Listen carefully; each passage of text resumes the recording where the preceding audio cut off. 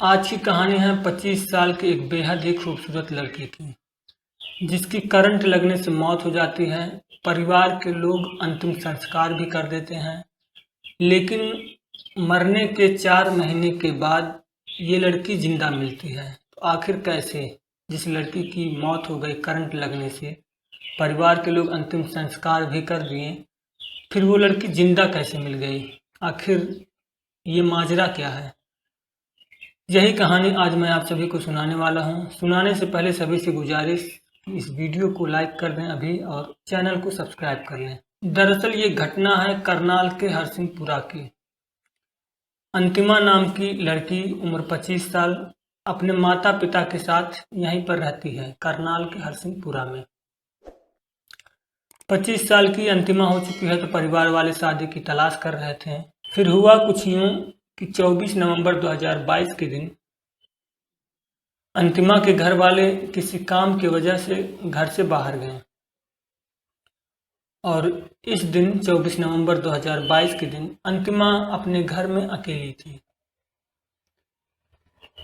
फिर जब अंतिमा के परिवार के लोग जब वापस घर पे आए तो उन्होंने देखा कि अंतिमा जमीन पर ऐसे ही पड़ी हुई है। उसका जो शरीर है अंतिमा का पूरी तरह से जल चुका है और जो लाइट का बोर्ड है, शॉर्ट सर्किट या तार, वो ऐसे ही लटका पड़ा है। देखने से ऐसा लग रहा है कि अंतिमा की मौत करंट के लगने से हुई है। साफ तौर पर ऐसा पता चलता है। अब परिवार के लोग उस टाइम पे तो कोहराम मच जाता है। पूरे आसपास के लोग, गांव के लोग सभी इकट्ठा होते हैं, देखते हैं कि हाँ, अंतिमा की मौत हो चुकी है। अंतिमा को करंट इस कदर लगता है कि उसके लाश को पहचानना मुश्किल हो रहा था, लेकिन कपड़े और जो उसने पहन रखे थे, हाथ में कंगन या अंगूठी, जो भी सामान था, उससे ये पता चल रहा था कि हाँ, ये अंतिमा है। हाइट भी। फिर परिवार के लोग ये इस मामले को एक हादसा समझ करके परिवार के लोग अंतिमा का अंतिम संस्कार कर देते हैं। अंतिम संस्कार हुआ, सब वापस आए घर पे। फिर हुआ कुछ यूं कि उसी गांव की रहने वाली राजवंती देवी अचानक घर से गायब हो जाती हैं। राजवंती देवी की उम्र 55 से 60 साल के बीच में, 55 या 60 साल के आसपास, और दिमागी तौर पर पूरी तरह से दुरुस्त नहीं। उनका दिमागी स्तर खराब था। वो कभी भी कहीं भी ऐसे ही अचानक निकल पड़ती थी, ना किसी से कोई मतलब घर वालों से। और घर वाले जो हैं, अब घर का अपना सदस्य है तो उनको देखना ही पड़ता था। लगभग हर 2 दिन 4 दिन के अंतराल पर वो 2-4-5 घंटे के लिए इधर उधर गायब हो जाती। परिवार के लोगों को खोजना पड़ता, फिर खोज करके इधर उधर से लेकर आते थे।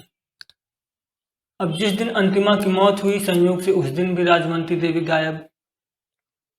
तो हुआ कुछ यूं कि अब अंतिमा की मौत हुई थी करंट लगने से, तो परिवार और पूरे गांव का लगभग अंतिमा के घर की तरफ आकर्षित था, क्योंकि ये मामला जो है, अब मौत का मामला था तो पूरा परिवार, गांव, सभी लोग अंतिमा के घर की तरफ आकर्षित थे। राजवंती देवी की तरफ कोई ध्यान नहीं दिया।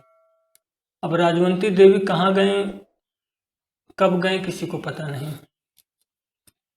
जब अंतिमा का मामला शांत हुआ, अंतिम संस्कार करके सब घर पे पहुंचे, तब हुआ कुछ यूं कि ये हुआ कि राजवंती देवी नहीं दिख रही हैं। परिवार के लोगों ने खोजा, आसपास पूछताछ करी गई, लेकिन किसी को नहीं पता कि राजवंती देवी कहाँ है। अब कुछ समय बीता, 2 घंटे, 4 घंटे, 5 घंटे, जब राजवंती देवी का कुछ भी पता नहीं चला तो परिवार के लोगों ने पुलिस को सूचना दी। पुलिस भी जो है राजवंती देवी को खोजने का प्रयास करती है, इधर उधर पता की, पूछताछ की, तो पता चला कि राजवंती देवी कभी भी कहीं भी निकल पड़ते थे 2-4-5 घंटे के लिए। तो हो सकता है कहीं इस बार दूर चली गई हैं। परिवार के लोग भी ज़्यादा ध्यान नहीं दिए उस दिन, तो हो सकता है कि वो कहीं दूर चली गई हों। काफ़ी टाइम तक ऐसे ही जांच पड़ताल चलता रहा, खोजबीन जारी। राजवंती देवी मिल नहीं रही हैं। धीरे धीरे 4 महीना बीत गया। फिर पुलिस के कानों में ये खबर पहुंची कि जिस दिन से राजवंती देवी गायब हैं, उसी दिन अंतिमा की मौत हुई थी।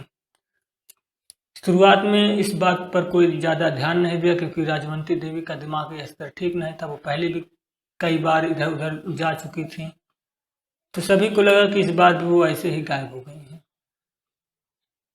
अब जब पुलिस को ये खबर लगी कि उसी दिन जो है अंतिमा की मौत हुई थी करंट लगने से, और इस बारे में पुलिस को सूचना नहीं दी गई क्योंकि घर वालों ने सोचा कि यह एक हादसा है, तो पुलिस के कान खड़े हो गए। उनको लगा कि जरूर इसमें ये एक इत्तेफाक नहीं हो सकता। पुलिस जो है अब अंतिमा के बारे में जांच पड़ताल करने लगती है। अंतिमा के बारे में जब जांच पड़ताल करी गई तो पता चला कि अंतिमा की मौत करंट लगने से हुई थी। लाश पहचानना मुश्किल हो रहा था, तो पुलिस को लगा कि ऐसा कौन सा करंट लगा कि लाश पूरी तरह से पूरा शरीर जो है इस कदर जल गया कि लाश को पहचानना मुश्किल हो रहा था। ऐसा मुमकिन नहीं है, करंट लगने से कितना भी तेज करंट लगे तो लाश तो पहचाना जा सकता है कि किसकी लाश है। तो पुलिस को इस मामले में संदेह पैदा हुआ। पुलिस अंतिमा के घर पे पहुंची। घर वालों ने यह बताया कि लाश पहचानने लायक नहीं थी, लेकिन जो कपड़े पहन रखे थे, जो कुछ कपड़ा था या फिर जो हाथ में, गले में, अंगूठी, बाकी सारी चीजें, उससे पहचाना गया कि हाँ ये अंतिमा ही है। तो पुलिस को लगा कि जरूर इसमें कोई झोल है। पुलिस अब अंतिमा के बारे में और जांच पड़ताल गहराई से करती है। तो इन सब जांच पड़ताल के दौरान पुलिस को पता चला कि अंतिमा का फेसबुक अकाउंट अभी भी एक्टिव है, मरने के बाद भी। मरे हुए 4 महीने लगभग बीत रहे हैं, लेकिन फेसबुक अकाउंट अभी भी चल रहा है। फिर पुलिस ने उस लोकेशन का पता किया जहां से फेसबुक अकाउंट को चलाया जा रहा था। पता चला कि उत्तर प्रदेश के शामली जिले से ये फेसबुक अकाउंट चल रहा है। पुलिस उस लोकेशन पर पहुंच गई जहां से फेसबुक अकाउंट को चलाया जा रहा था। वहां पहुंचने के बाद जब पुलिस वहां पर पहुंची तब पुलिस ने पाया कि अंतिमा अपने एक फेसबुक फ्रेंड के साथ शादी करके वहीं पर रह रही है। पुलिस ने अंतिमा को गिरफ्तार कर लिया और फिर पूछताछ में अंतिमा ने बताया कि वो अपने फेसबुक फ्रेंड से शादी करना चाहती थी जिसके साथ वो मिली थी, लेकिन घर वाले इस रिश्ते को लेकर के तैयार नहीं थे, मान नहीं रहे थे। वो बहुत जिद कर रहे थे, फिर भी घर वाले माने नहीं। अब हुआ कुछ यूं कि जब 24 नवंबर 2022 के दिन घर के लोग किसी काम के सिलसिले में बाहर गए तो अंतिमा को ये बहुत ही अच्छा मौका लगा घर से भागने का। फिर अंतिमा के मन में ये भी ख्याल आता कि अगर वो ऐसे ही घर से भागेगी तो घर वाले खोजेंगे, पुलिस पीछे पड़ेगी तो वो पकड़ी जा सकती है। फिर इस दौरान राजवंती देवी वहीं से गुजर रहे थे, उनके घर के पास से, अंतिमा के घर के पास से। राजवंती को देख करके अंतिमा के मन में खौफनाक आइडिया आया। उसने राजवंती देवी को अपने घर के अंदर बुलाया और एक गिलास पानी दी पीने के लिए राजवंती देवी को, और पानी में जो है कुछ नशीली दवा या कुछ इस तरह का चीज मिला दी ताकि वो बेहोश हो जाए। पानी पी करके राजवंती देवी बेहोश हो गई और उसके बाद उसने जैसे तैसे कुछ छिड़क करके तेल या मिट्टी का तेल, घासलेट, पेट्रोल जो भी है, तेल छिड़क करके राजवंती देवी को बुरी तरह से जला दिया। जलाने से पहले वो अपना कपड़ा राजवंती देवी को पहना देती है, कुछ अपने जो और भी जो सामान था, अंगूठी या कंगन, वो पहना देती है कपड़े। उसके बाद राजवंती देवी को पूरी तरह से जला देती है ताकि कोई ये ना पहचान पाए कि ये राजवंती देवी है या अंतिमा है। सभी को यही लगे कि यह अंतिमा है और करंट लगने से इसकी मौत हो गई। अपना बोर्ड भी, तार कुछ इस तरह का फैला देती है ताकि सभी को लगे कि करंट लगने से मौत हुई है। अब जब पूरी तरह से राजवंती देवी जल गई तो वो फिर जब पूरी तरह से राजवंती देवी जल गई तो वो अपना घर छोड़ करके फरार हो गई।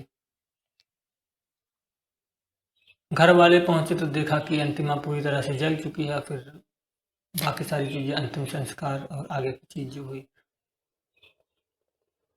तो इस कहानी को सुन करके अंतिमा जो ये सब बताई घर वालों के सामने, पुलिस के सामने, सभी लोग देख करके चौंक गए, हैरान कि आखिर में जो लड़की 4 महीने पहले जिसकी करंट लगने से मौत हुई थी, आज वही लड़की जिंदा सबके सामने खड़ी है।